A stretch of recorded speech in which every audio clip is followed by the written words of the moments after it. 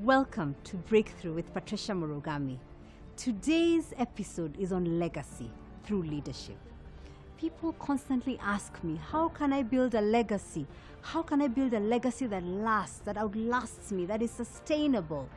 And there are many ways you can do it. But I want to focus on 4 people you need to have around you, near you, as you constantly make the choices to grow and to become the person you were created to be. The first person that I hope that you have around you is a reverse mentor. Who's a reverse mentor? That is someone younger than you, who challenges you, who keeps asking you questions, who makes you think differently, who normally, because they're younger than you, maybe even less experienced, you may be the one mentoring them. But in this case, you need to be humble enough to recognize that they know something you don't know, even with all your experience, your age, and your expertise. A reverse mentor could be your children. My daughters are reverse mentors many times because they will give me an insight that I never had thought about before. And that insight usually comes from the lens of youthfulness. So how many of you have a Twitter handle? Some of the people that I advise and I coach don't have a Twitter handle because, as you know, they're in the second half of their game. So they're older, and so they don't know how to do that. But yet they have something to share. What I encourage them to do is to find someone who is younger than them, a reverse mentor. And that reverse mentor can actually help them begin to determine how to tweet, what they should say, how to say it in a succinct and concise way, and in so doing, really have an impact.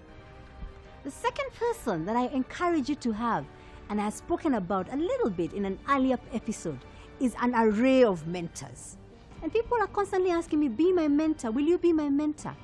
I actually think that mentors can be of different types for the different seasons and roles that you have in life.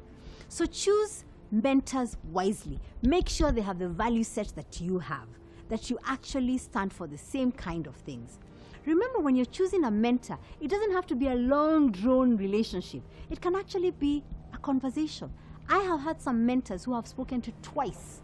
It's not a long connection, but because I knew what it is I was looking for and they had it, they had an opportunity to guide me.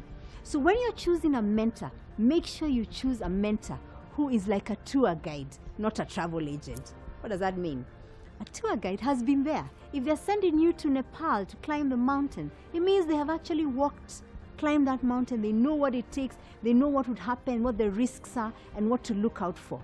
A travel agent, on the other hand, will just tell you, you can go, it looks like this, these are the pictures. They actually haven't lived it. So when you're choosing a mentor, choose a mentor who's lived the experience and who has the generosity of spirit to share that experience with you, to give you the signposts and to enable you to move even farther than they actually moved.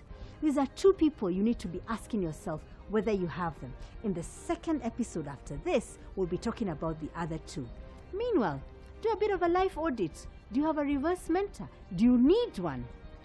Do you have a range of mentors? Do you need them? And if you do, get on with it.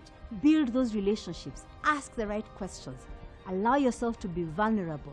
And remember that to build a legacy, you must allow yourself to stretch beyond your comfort zone. Don't forget to subscribe. Breakthrough with Patricia Murugami.